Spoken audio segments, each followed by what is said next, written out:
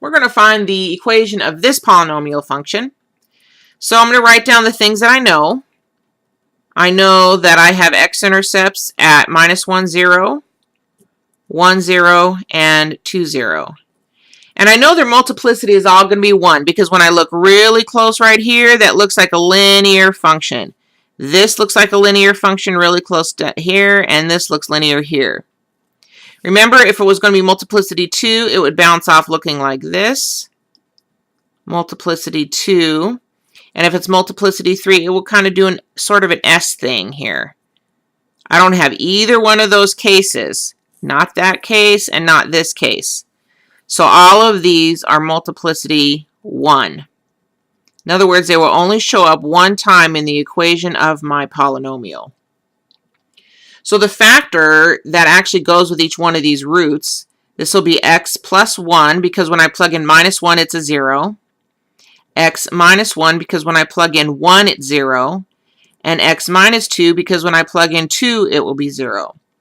So my basic polynomial will be p of x equals a, x plus 1, x minus 1, x minus 2. And now you say to me, Patricia, why do you need that a there? Well, I'm not sure that this equation is going to go through 0, 4 unless I stretch it or shrink it. I have no idea, so I have to force it to go through that point.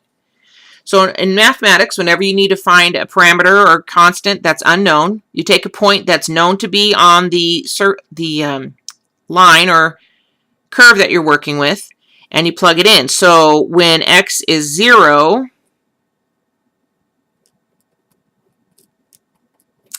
x is 0, y is 4. And then I solve for a. It's not that hard, just do the math. 0 plus 1, 0 minus 1, 0 minus 2. So what is 1 times -1 times -2? Well, that's just 2. And then I solve for a, divide 4 by 2, and I get 2. So then my final polynomial, let me move this up. My final polynomial is going to be 2 times x plus 1 times x minus 1 times x minus 2. And let's check it out in our calculator here. So let's clear this out, and I'm going to do 2. Again, don't multiply this out, people. You can just type it in your calculator as is. Don't waste your time doing that. And again, if I look at the window, it looks like I want to be -5 to 5 all the way across the board.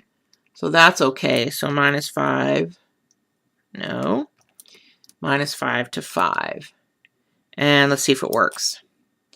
Now remember, you want it to do the exact same thing that it's doing in the picture, especially have that intercept right there at the right spot. So let's check. If I just trace, I see when x equals 0, y is 4, or you can just say x is 0, y is 4, and you know that you have the right equation. Always check it with your calculator.